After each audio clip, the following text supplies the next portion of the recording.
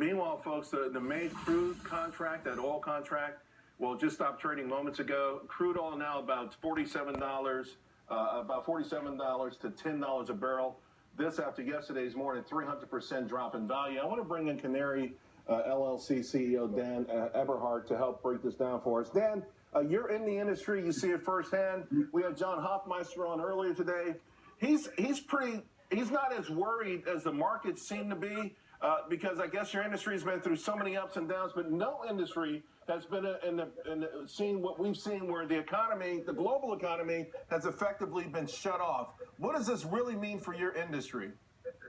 Well, I think it's bad, but I think that some of the media reports and the coverage yesterday of oil going negative was pretty hyperbolic. But, you know, that's just the May contract expiring, and now we've rolled over to the June contract. But you know, the industry sees booms and busts. I like to say that 2 or 3 years out of every 10 is just awful for oil and gas. But this is definitely, I think, a career worst situation right now. But, you know, I'm hopeful that when America gets back to work, we're going to see supply and demand cross, and the situation will get better.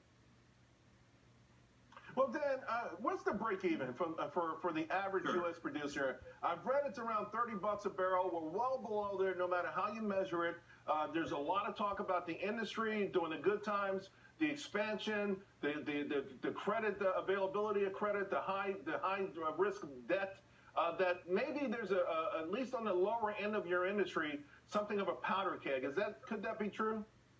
Oh, I think that's absolutely true. Rystad's come out with data, and I kind of generally support this, but saying that at $10 oil, we're probably looking at about 1,100 bankruptcies, and at $20 oil, we're probably looking at about 500 bankruptcies.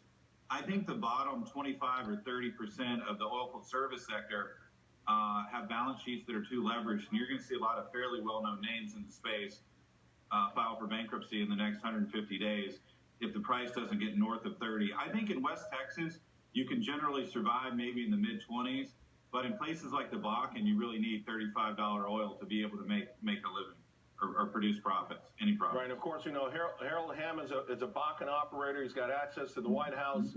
He has the president's ear, and a lot of people are wondering if this is an industry that warrants or should get some sort of a bailout. I only got 30 seconds, but your thoughts on a federal assistance for this industry?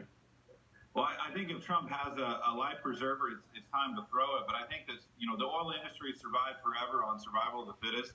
And I think that's what's going to happen this time. The sharper, more efficient producers will figure out a way to make it through this. And those with the weaker balance sheets particularly and the weaker management teams won't be able to survive. And it's unfortunate that we're caught in the middle of this pandemic. But that's what the U.S. oil and gas industry has got to figure out how to succeed, you know, with this set of facts right now.